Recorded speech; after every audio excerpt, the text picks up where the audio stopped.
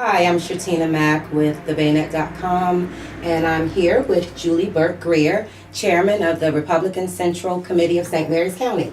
Thank you so much Thank for you. agreeing to meet with me. And I must say that we did invite Kathleen O'Brien, who is the chair of the Democratic National Committee of St. Mary's County. However, she is unable to be with us today.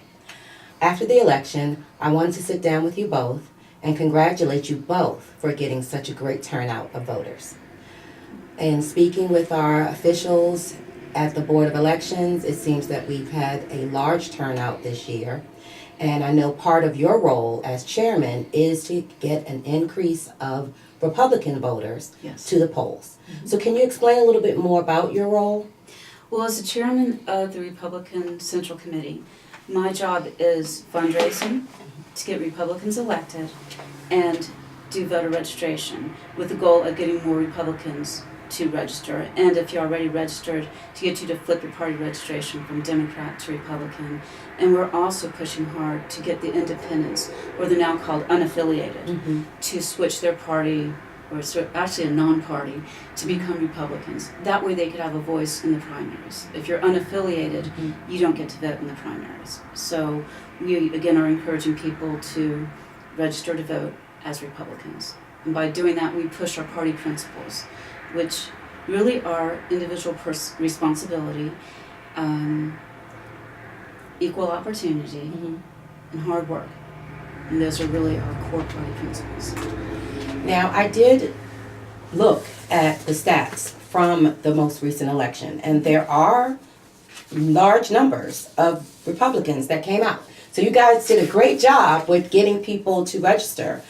And there are large numbers of Democrats that came out, but there are a large number of libertarian or nonpartisan individuals. So how are you trying to combat that issue? The unaffiliated numbers have gone up over the past couple of years.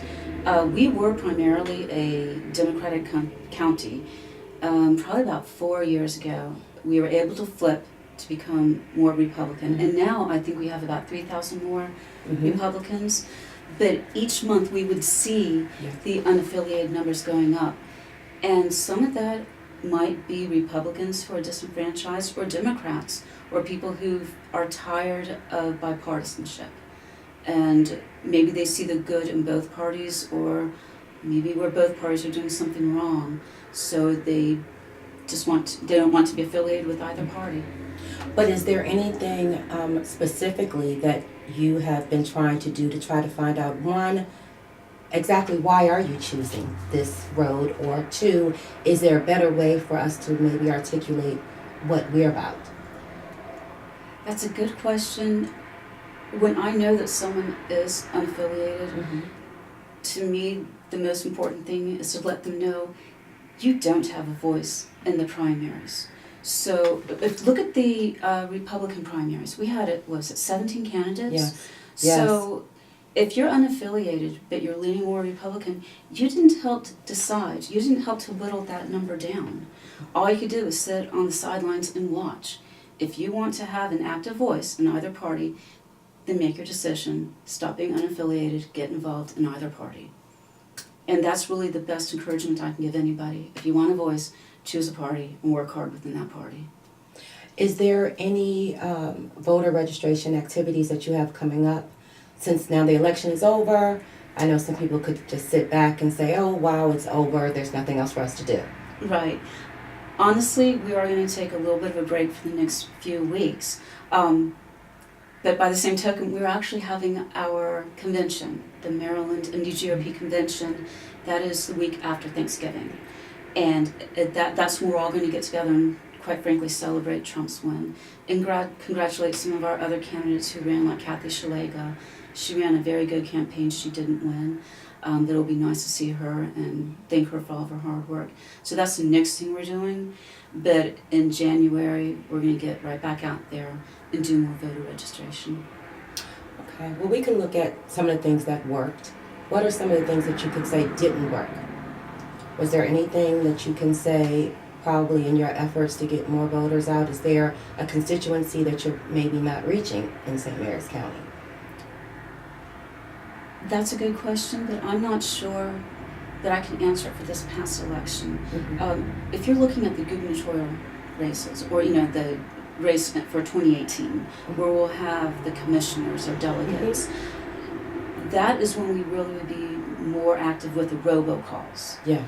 And so we would pester everybody, this is a slate of people you need to vote for. This time we really were focusing on Trump, Kathy Shalega, Mark Arness, and then we also had the Board of Education. That didn't really dictate, that wasn't really a requirement for robocalls. I think there was just a groundswell that the voters were so interested. It was work from the top down, whereas in other elections sometimes you work from the bottom up. Okay. The committee's responsibility is to try to help get Republicans elected Yes. throughout, regardless of what position, what seat. Yes. There weren't some who, as Kathy, you mentioned, she did not get elected. In situations like that, do you all sit and assess, again, the situation, what happened? Maybe there was a constituency that we did not reach. There was a different way of going about it, because this was an election where a lot of people did flip their card. Yes, they did. Actually, I met a lot of Democrats for Trump. People who did not change their party affiliation, but they did vote for Trump. Kathy Shalega won St. Mary's. So obviously she did well in St. Mary's. She didn't do as well in the more populated areas. So I can't say that she did anything wrong down here. Maybe next time she needs to focus even harder on those other areas. But she won St. Mary's, and I believe, did Mark Arness beat Steny, or did he come within a couple of thousand?